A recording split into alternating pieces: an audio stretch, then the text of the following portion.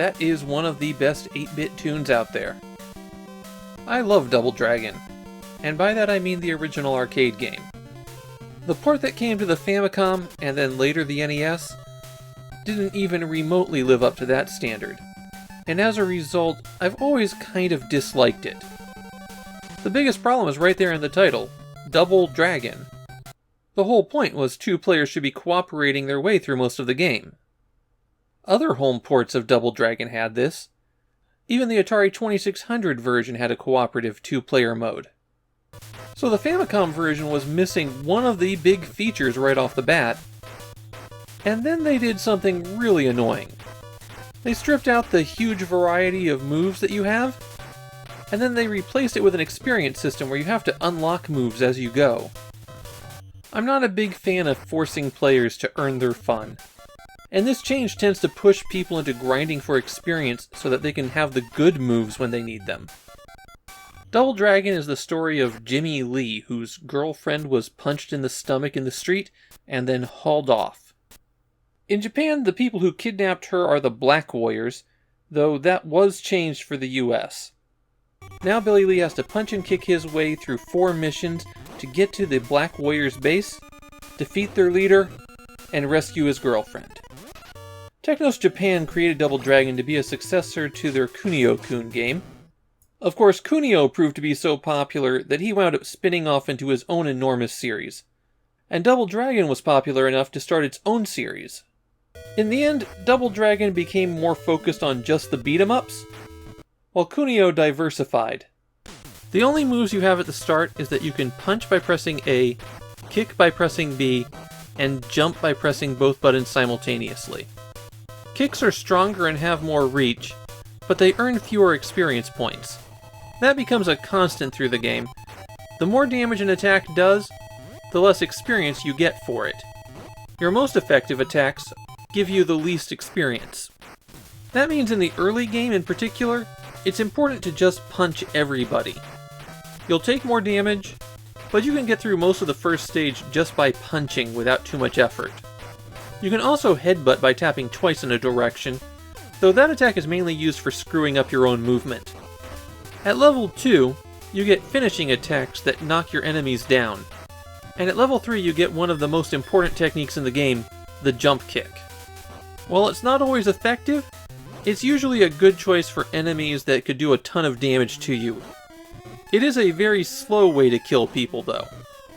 At the end of the first stage, you go into this warehouse, and the enemies inside it always attack you before you get a chance to react. At least you refill your life when you enter. That's important because you only have 3 lives and no continues in Double Dragon. You can't even earn extra lives in the Famicom version. There's a conveyor belt that can send people off into a pit. Knocking enemies off the stage is an effective attack, but it also means you earn less experience. Some of the enemies that you encounter will be carrying weapons. The melee weapons, like the whip and the bat, give a lot of experience when you hit an enemy with them, though it is a net loss since you only have to hit enemies a couple of times with those to kill them. Thrown weapons don't give you any experience if you use them, but they can do enormous damage. The knife is the easiest one to use, but the dynamite does the most damage. Reaching level 4 unlocks the grab moves. You can push toward a stunned enemy to grab them, and then do some attacks for massive damage. The thing is, those attacks don't give you any XP. Still, it's something you'll probably want to use on some very threatening enemies. If you want to use the grab, I found it easier to trigger using kicks instead of punches. After climbing to the top of the construction site and defeating the warrior up there, you head out of the city to the wilderness. This is a very long stage with multiple sections that you have to go into.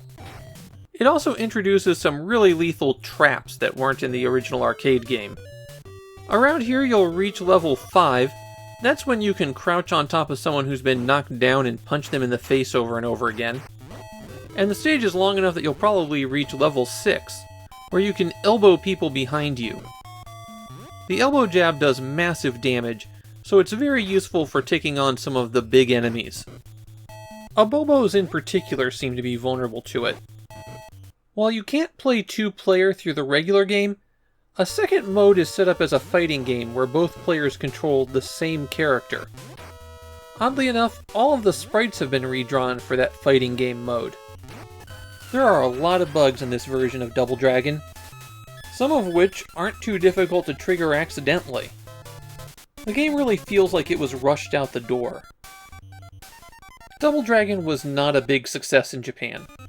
At least, not at first.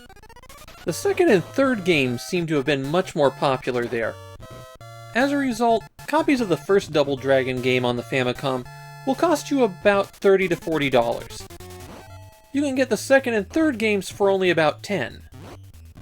You know, after all this time, I'm feeling a bit more charitable towards this version of Double Dragon. Okay, I'd rather play Double Dragon 2, but once this Double Dragon gets going, it's a perfectly fine game.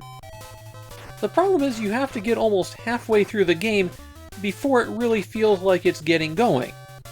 And that lack of continues and extra lives make the traps in the later half of the game really frustrating.